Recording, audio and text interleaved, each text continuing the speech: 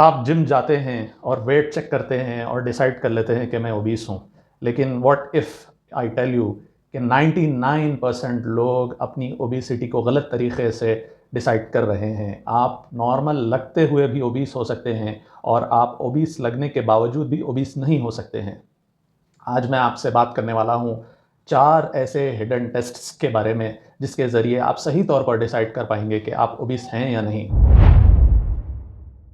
Imagine करिए आप एक बैंक अकाउंट चेक करते हैं सिर्फ बैलेंस देखकर और आपने उसके हिडन चार्जेस इग्नोर कर दिए, आपने लोन अमाउंट इग्नोर कर दिया, आपने ब्लॉक्ड अमाउंट इग्नोर कर दिया, तो फिर आपको सही फाइनेंशियल हेल्थ के बारे में कैसा पता चलेगा? यही गलती हम बॉडी के साथ भी करते हैं। हम ये समझते हैं कि वेट मतलब हेल्थ, बीएमआई मतलब रियलिटी।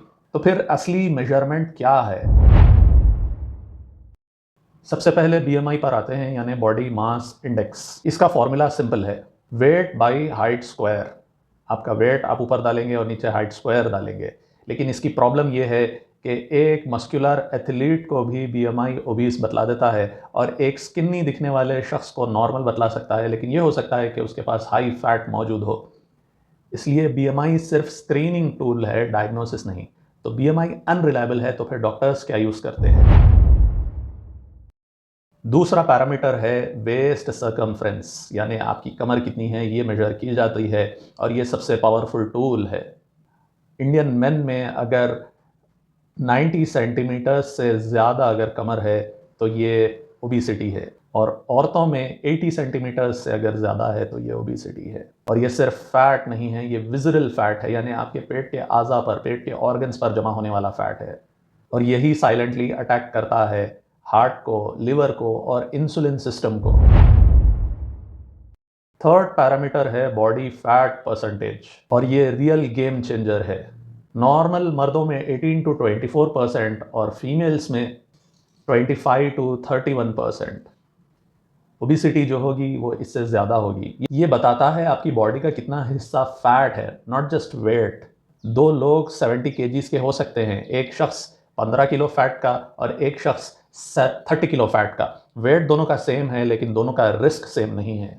इसको चेक करने का मेथड एक ये है कि आप मिरर के सामने ठहरिए और कपड़े हटाइए और कपड़े हटाकर अपने पेट की तरफ देखिए। थोड़े थोड़े अगर आपके एप्स नज़र आ रहे हैं तो ये अच्छी चीज़ है कि आप ज़्यादा फैट आपके पास नहीं है। और अगर आप जब कपड़े हटाते हैं तो आपकी बेली सॉफ्ट है बिल्कुल, तो ये समझ लीजिए कि आपके जिस्म में फ़ैट ज़्यादा है।